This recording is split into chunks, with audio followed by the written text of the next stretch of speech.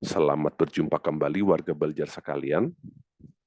Pada saat ini saya ingin menjelaskan apa sih kegunaan dari masing-masing tampilan pada program GeoGebra 5. Nah, kita buka dulu yuk programnya. Setelah kita membuka, biasanya yang terlihat adalah 3 buah tampilan ini ya. Tampilan grafik, tampilan aljabar, dan bilah masukan. Tampilan grafik, kegunaannya adalah apabila kita ingin menggambar atau membuat objek secara visual. Misalnya, kita ingin membuat titik. Nah, seperti itu, ya. Atau kita ingin membuat segitiga. Atau objek-objek lain seperti poligon, garis, dan sebagainya. Kita gunakan tampilan grafik untuk melakukannya. Kemudian, masukan.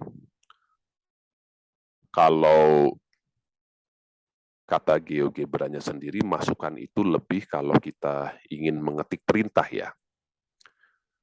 Tapi pemahaman gampangnya masukan itu bagi saya kalau kita punya persamaan yang ingin divisualisasikan pada tampilan grafik. Misalnya saya ingin buat persamaan kuadrat Y sama dengan X kuadrat kurang 3. Nah, lalu saya tekan Enter. Maka si persamaan Y sama dengan X kuadrat kurang 3, saya bisa melihat seperti apa bentuknya, gambarnya, atau visualnya pada tampilan grafik. Ya. Nah, kemudian tampilan berikutnya adalah tampilan aljabar. Pada tampilan aljabar ini, kita akan lihat daftar dari objek-objek yang sudah kita gambar atau kita buat atau kita letakkan. Ya. Di sini kita bisa menyembunyikan objek yang kita tidak mau lihat atau menampilkan objek yang ingin kita lihat. Ya. Misalnya seperti segitiga ini saya tampilkan ya. Kemudian saya bisa klik tampilan grafik 3 dimensi. Ya. Tampilan grafik 3 dimensi ini akan memiliki sumbu X, Y, dan Z, sehingga memang terlihat lebih rumit ya.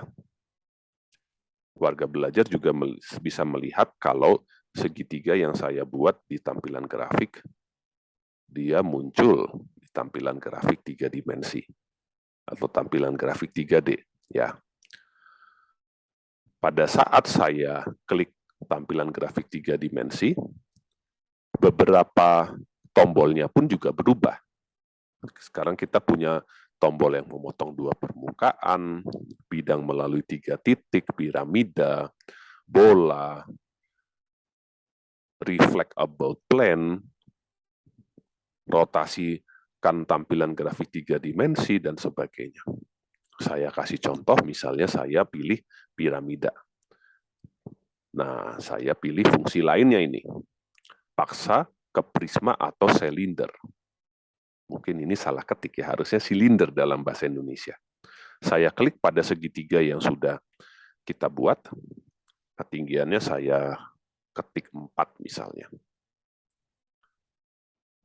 Maka ini yang akan terjadi. Ya. Objek 3 dimensinya keluar ya. Daftar di tampilan aljabarnya jadi lebih banyak. Ya. Itu akan kita bahas jauh ke depan ya. Yang penting sekarang warga belajar mengetahui dulu apa sih kegunaan, sekali lagi ya, dari masing-masing tampilan. Tampilan juga ada tampilan yang lainnya, seperti tampilan spreadsheet, mirip Microsoft Excel ya, lebih untuk statistik dan probabilitas. Ada juga tampilan CAS. CAS itu Computer Algebra System, untuk menyelesaikan persamaan. Tombol-tombolnya pun jadi berbeda. Lalu kita bisa nonaktifkan tampilan CIS-nya, kita bisa ke tampilan grafik 2, akan muncul di sebelah kanan.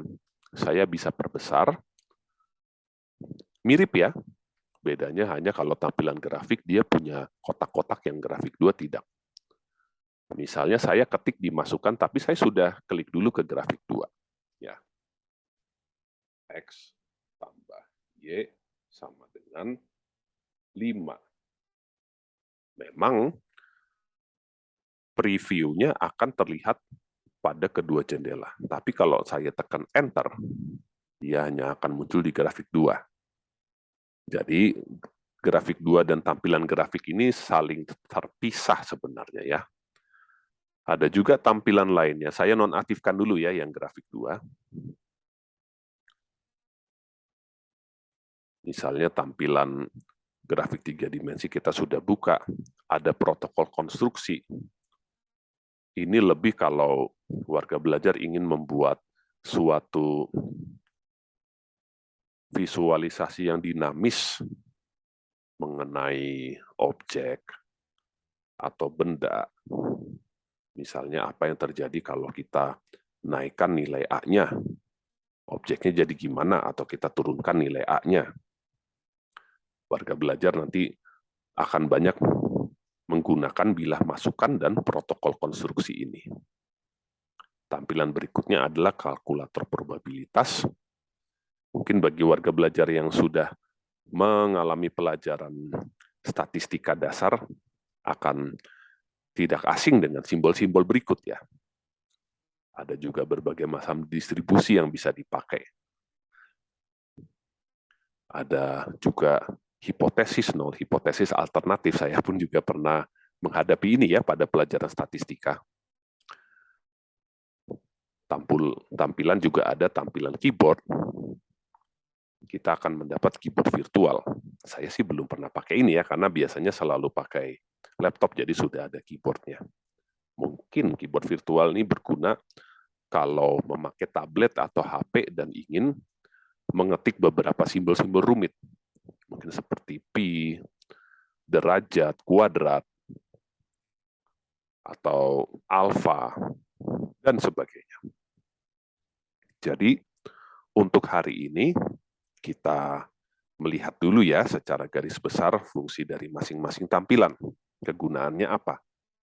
Tentu saja kalau warga belajar membuka program GeoGebra, pastikan tampilan yang warga belajar tampilkan sesuai dengan yang warga belajar butuhkan.